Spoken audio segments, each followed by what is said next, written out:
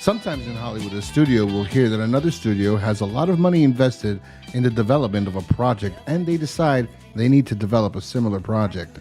Take, for example, Deep Impact. One studio hears that another has invested a lot of money in a big budget end of the world film. The other studio responds with Armageddon. Both the same, but different enough that the other studio can't be sued. Another example would be Dante's Peak, a film about a small town sitting on a volcano that is about to erupt. That film was met with Volcano, a film about how a volcano under Los Angeles erupts. Both similar. They even have their little moment when a character favorite dies and the audience is supposed to be heartbroken.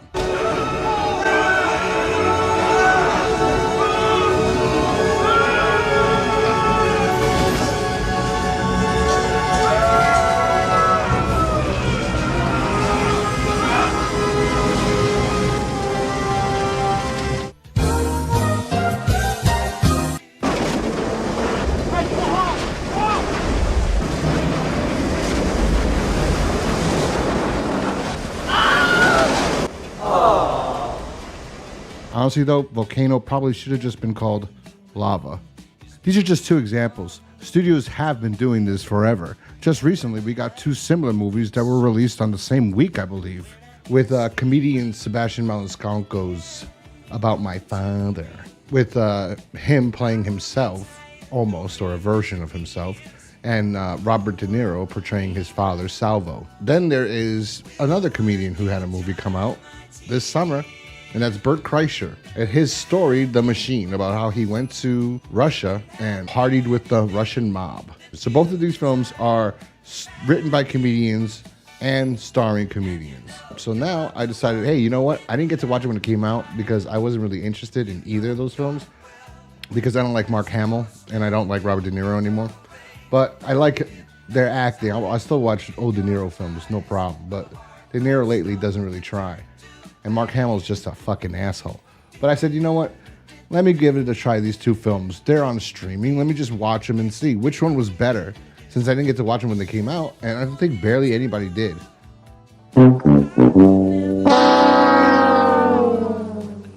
So I checked them out. So About My Father stars Sebastian Maniscalco, and in his comedy routine, he does a bit about his father.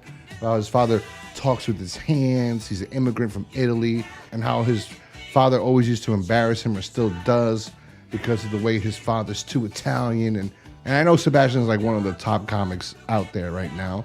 And to be honest, I find him very funny. And going into this, I favored Sebastian over Bert Kreischer because I'm tired of Bert Kreischer. I think I liked Bert Kreischer 10 years ago. Now I'm just done. He's just everywhere and it's annoying. So I was going into this favoring Sebastian Maniscalco, and his movie's basically kind of about how a little bit on his real life, about how he met this woman and how her family is totally different than his family. And he does a bit about this on stage. So in this movie, he owns a competing hotel to his girlfriend's family that owns a chain of the biggest hotels around the country called the Collins Hotels or something like that. They're basically supposed to be like the Hiltons in that they have a bunch of hotels all over and they're super, super wealthy, and suppose like they could trace their ancestry all the way back to the Mayflower when they came here. And Sebastian wants to ask her to marry him. His wife, his fiance, or his girlfriend, Ellie, he wants to ask her to marry him. So everything's going great in their relationship. And then all of a sudden, her family invites Sebastian to join them for 4th of July weekend. So Sebastian's like, yes, this is the perfect time to ask her to marry me. The only thing is, the ring I want to give her is my grandmother's ring, and my grandmother said I could have it, but he gave it to my father to hold on to, so I have to get it from my father. And his father is like, I got to meet this family before I give you this ring. And then the whole film is about how the father contrasts with this family because they're so different, and how Sebastian really doesn't want to fully embrace their family in front of his dad. Like, he's kind of scared. He's changed and his dad's never changed. And while in the background of all this, Ellie is an artist, and recently she's gotten all her paintings have been selling like crazy, and she thought she got a new hot buyer buying all these paintings. It turns out that it's Ellie's mother and father. The mother played by Kim Cattrall. Kim Cattrall's like the best thing in this film. Her name is Tigger. She's the best thing. She's also a senator. So anyway, if the parents are the ones that have been buying the paintings and putting them in all over their hotel rooms. And Sebastian finds this out. But he does nothing with this information. So this is what the movie totally lacks a lot of. And it's like, I didn't feel ever a connection between, so much of a real connection between Salvo and Sebastian, because I felt like De Niro was doing the same thing he's been doing for the past few years, which is not giving a shit. Unless he's working with Martin Scorsese, I don't feel like he gives a shit about anything he's doing. Every film feels like the same fucking routine garbage. And if you watch Sebastian stand up, you know Sebastian's a little bit more energetic and a little bit more, loose with his hands and is exaggerated. He's a little bit more exaggerated with his hand gestures that he says his father does. But I grew up with an Italian family. My best friend was Italian growing up, and I was basically at their house every single fucking day of my life. So he was like my stepdad, and I know how they talk with their hands, and I know De Niro didn't do any of it. It was just sucked. He sucked. On top of that, there are things that never develop. In the beginning of the film, Ellie talks about how, oh look, that's my old fort, my childhood fort. When I was angry at my parents or upset and I wanted to get away, I'd go over there. I would go there just to get away from everyone. She mentions this in the beginning of the film. Later, when she discovers that her parents have been posting the paintings all over the house, all over their hotels in the lobby, that they're the ones buying it, she gets mad at them, she leaves. But she doesn't go anywhere because she ends up at dinner with them later on, upset at them still, but nothing developed from that. And it was like the writers had it written down, or somebody had it written down, that Sebastian would be dealing with having to tell Ellie that her parents, because he finds out about this, that her parents are the ones buying it, and then have to confront her about this. But they decided not to do that because, we can't have the man let the woman know. She has to be smart and find this out on her own.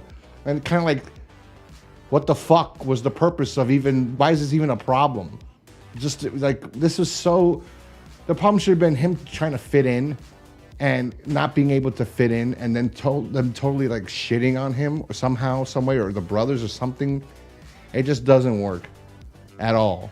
And the movie, the funniest part of this film is honestly when Salvo, De Niro, cuts Kim Cattrall's hair, and he cuts it really short.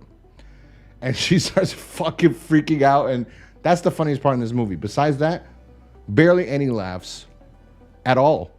And that's what sucks. Honestly, this movie, and I'm a fan of Sebastian Maniscalco. That's the funniest part. Like, I went into this and I was going for Sebastian, and I was like not into Bert. Why bring up the fort if she's not going to go back to it? And then Sebastian goes, I know where she is, and then he finds her. Anyway, movie, there's no consequences at the end. And then the best part for me watching it was seeing the scene where Sebastian was talking on his podcast about how he had to do it like 50 to 65 takes of running to De Niro on the plane and then crying, and he couldn't do it. And then finally he like talked to Robert De Niro and asked him, and Bob gave him like some shitty fucking acting advice, which shows that he doesn't give a shit. And then he was like, he ended up crying. He doesn't even cry. They didn't use that take because he said he bawled and everything, and it was the best take. And then they said, okay, let's do it one more again. And then he was like, what? And they didn't use that take, obviously, because he's not crying in that scene. De Niro, I will say he did cry in that scene. I was like, oh, wow, he's acting. It's just that easy for him. So when he tries, he tries. And he was probably fucking tired doing the fucking same scene 65 times. But now let's talk about The Machine. I don't know how I have to talk about this movie that much. You know the Bert Kreischer story. If not, he says when he was younger, he was in college, or I think he was in high school. I'm not sure which one it is. He went on a Russian trip to get extra credit. And when he went over there, he was this Russian guy that they said, this guy's name's Igor. He's going to be like your chaperone. He's like, I want to go hang out with him. So he went up to him and he said whatever, the only words he knew in Russian, which was, I am the machine. I still think he's a fucking liar and this never happened. But okay, so this movie's about, you would think it was going to be about that, but it's technically not. It is about that. It's about that, like how he became famous because of this. But now he's having relationship problems with his daughter and marital problems, and he hates his father. So Bert Kreischer's in this predicament, and it's his daughter's birthday, but she leaves, and he invited all these people, and they're all like fans, and they want to hang out with him. And Mark Hamill, who plays his father, shows up, and he was like, you weren't invited and blah, blah, blah. And then he starts arguing with his dad. And then this Russian girl shows up and says, you stole my father's watch 30 years ago. Or 20 years ago, you stole my father's watch. And then the movie's basically about Burt and his relationship with his father and this Russian hit woman and the relationship with her family. It's both of their families. As you know, it can't just be about a guy. And in this movie, there's a lot of things like in the other movie where it's like, you know, she's like, I want to be head of the family. And they go, what are you, crazy? You are a woman. You cannot be the Russian, you cannot be the head of the Russian mafia. And she goes, oh, you people are so old and backwards. Russia is outdated and all these rotten fucking things. Whatever the fuck. It was just, ugh, for the majority of the film. And then halfway through, it gets good when he finally sees Igor again, or when Mark Hamill does something to save his son's life, and then he's brought back, and somehow he finds the guy he's been looking for, and the Russian girl's there, and she becomes less of a fucking pain in the ass, and she's funny, and then it's like, oh, she's autistic. That was funny because it was like, so you just say things and like you just think about something, and then you say it, you don't hold it in, and she goes, yeah. And then they go, oh, cool, we're friends. So they become friends. That was interesting. But that's when the movie gets funny at the end. The third act of The Machine saves the entire film. Now, I'm not even a fan of Bert Kreischer, but the third act saves it. The action is funny, and the action is not funny. The action is good. I will say it's ridiculous that the girl barely gets beat up. There's only one point where she really gets hurt. She does everything. She's the best. She's awesome. All in all, I will say The Machine, it got better in the third act. The action got better. Mark Hamill on drugs was funny. And then him and Bert teaming up at the end. Like he was trying to save Bert, Bert was trying to save him. And the big gun battle at the end was funny. In the beginning, it's annoying. And Bert Kreischer, honestly, surprisingly, better actor than Sebastian Maniscalco. Surprisingly. And Sebastian's been in movies besides this, and Bert hasn't, I don't think. So in the series Versus, at the end of the day, I will say that I have to give it up to The Machine. I don't even like it, and I think if you're a Bert Kreischer fan, you're gonna love this fucking movie. I think if you're a Sebastian Maniscalco fan, you're gonna be disappointed by his movie. So I'll give The Machine 2.5 out of 5 stars because I know it's not for me. I don't like Bert Kreischer that much. I think the story's bullshit, and I don't like Mark Hamill. But the third act did save the movie. It wouldn't even get 2.5 stars if it wasn't for that third act. Now, About My Father gets 1 out of 5 stars. The movie's not funny at all, and I like Sebastian Maniscalco. There's only one fucking scene or two, because there's ruined in the trailer. Another scene could have been really funny, but they ruined it in the trailer. There's only one funny scene in the whole goddamn movie. How can I say? I guess the biggest problem with Sebastian Maniscalco's film is that it's a lesser Meet the Parents. We already saw Meet the Parents, and now we're trying to do one with Sebastian Maniscalco, and it's just not there because it's not as funny. There's barely any funny shit. There's barely any situational humor for him, really. It's pretty lackluster. It sucks, and that sucks because I like Sebastian. I was going into this, and I hope that movie's good.